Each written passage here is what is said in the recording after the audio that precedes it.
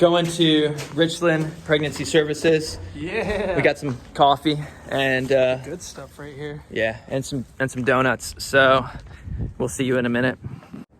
What's up, guys? Hey. How are you doing? I can't hear him. I can't either. Yeah. It's like Dora. Yeah.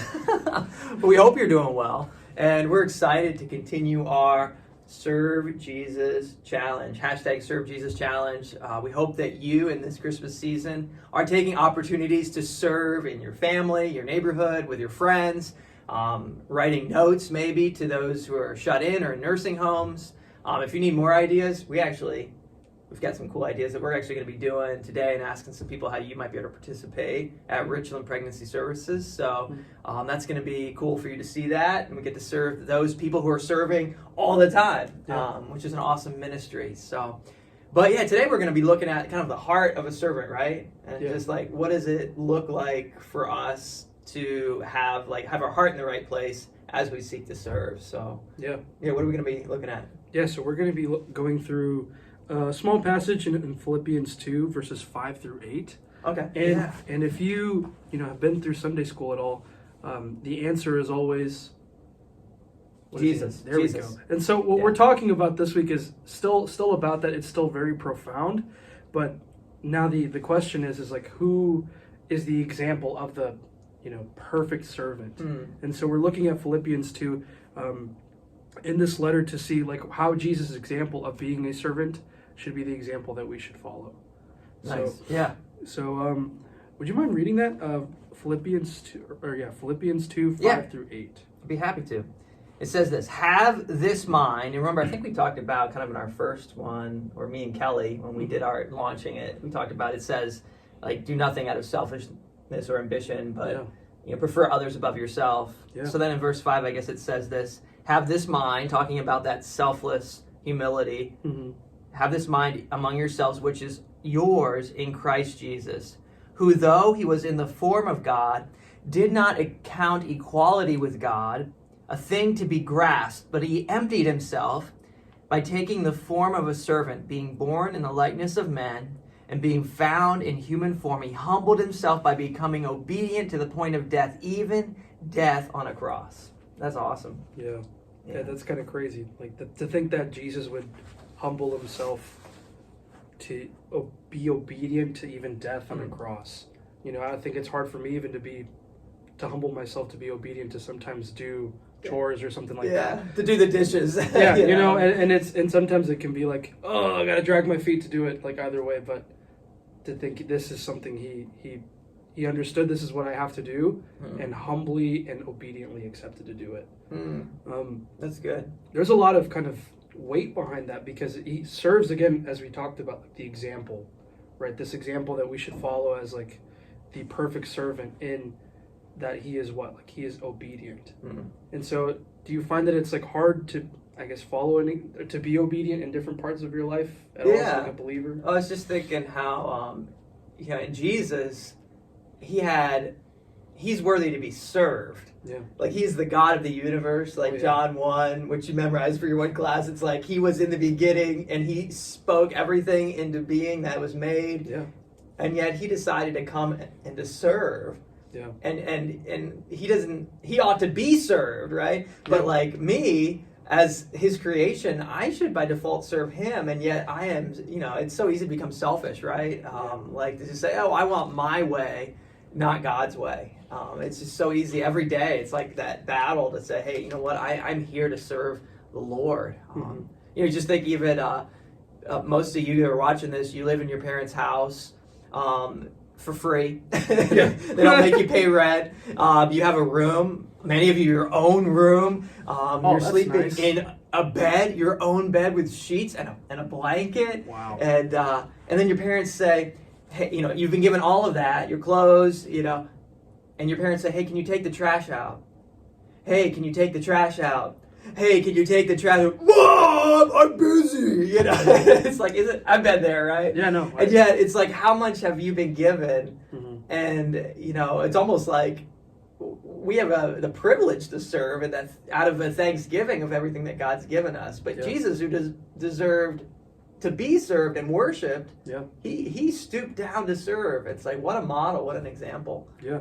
It's kind of brought up in Mark 10:45. I think it's a pretty good place that blatantly says that for even the Son of Man came not to be served, but to serve and to give his life as a ransom for many. This is the Son of Man, right? Like Jesus, the very part of the Godhead who came down as a human incarnate, who very well could have been like a king, a ruler of some sort. He had that kind of power, but yet even then came down to not to be served, but to serve. And what an example of God, like just to that in his fullness and in all of his glory and all of his majesty, yet he would humble himself to still kneel on the ground to wash his disciples' feet, or to comfort whomever had experienced loss, or to heal the person who had been sick. It's crazy to consider that God would be so loving and so caring and so I don't even know, just no, that's good, incredible to just and it was messy, right? Like he came down into our mess, and it wasn't easy. And I think sometimes maybe we glorify service and we think it should be easy. It's like taking the trash out, not fun, or we think we're going to receive praise or thanks. And it's like, they rejected Christ. They beat him, they flogged him, and they crucified him. And yet, and he was obedient even to the point of death on the cross, right? And so how much more should we seek to serve regardless of the consequences? It's not going to always be easy. And so... but we talked about kind of in preparation for this, which is like, you're never more like Jesus than when you're serving. It's like, that is just who Christ is. And it's like, and out of an expression of his love for us. And I think if anything, if there would be a good application, is to kind of take away is serve without feeling the need to be served back. Giving without expecting something to be given back to you.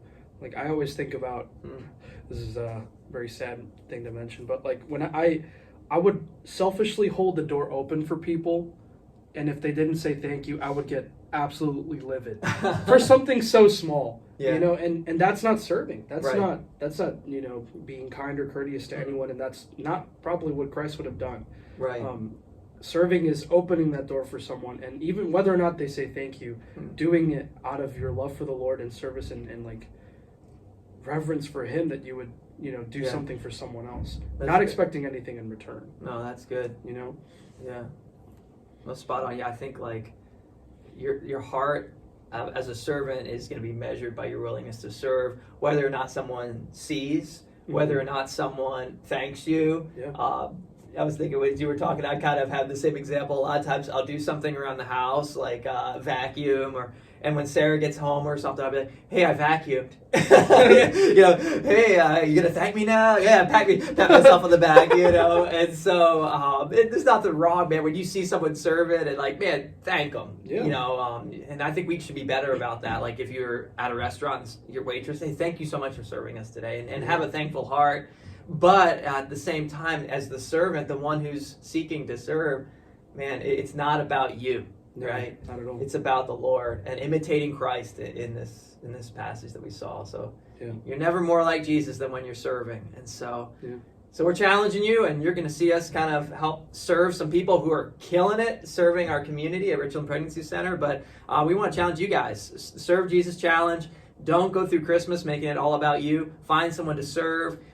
You can share it on Instagram or Facebook or Twitter or whatever, and just encourage other people to do that, or do it privately so that no one sees it. And just bless someone else.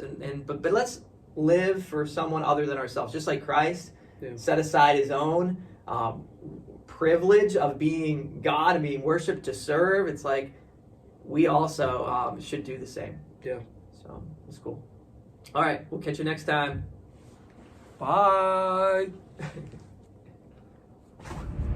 On our way over there, Phil's driving, so he needs to keep his eyes on the road. What is it? 6 and 9? No, perfect. 6 and 9. No, what is it? 3 and 6? It's 10 and 2. 10 and 2. 10 and 2. There we go. Perfect. Not gonna kill us this time. Oh yeah. Oh yeah. Oh yeah. Are we going through the front? Let's go. Let's go in through the front. That'd be legit. RPS, Richland Pregnancy Services. Let's go. Hey there, we're here at Richland Pregnancy Services with Amanda Clark. She's the executive director here. Amanda, what kinds of stuff or what kind of services does Richland Pregnancy Services provide? So we provide a pregnancy test, pregnancy verification, prenatal vitamins, limited ultrasounds, a baby boutique full of formula, diapers, and baby supplies, STD, STI testing, dad-to-dad mentoring, mom-to-mom mentoring, parent education classes, and peer counseling. Wow, I can't even count it. That's a lot of stuff. I shut it off really fast, and everything's free and confidential. Wow, that's great. And if there's any opportunity for, a student to come in and serve, is that possible at all? Well, right now, I was just explaining to Phil, one of the most important things, and I know people don't think it's as important as giving money or coming in and physically serving, is prayer. Yeah. We have seen prioritizing prayer in this ministry, and the Lord just opens up the blessings, and He protects us no matter what's going on in the world, especially through a pandemic. So if the students that have a heart to intercede would intercede for this ministry, for our clients, they're dealing with the spiritual warfare of choosing life, or another option, if they could pray for our clients, our volunteers, and our staff, that is huge. And if they're interested in serving, we actually have an amazing teenage volunteer behind this wall that helps. Her name's Alicia, and we love her so much.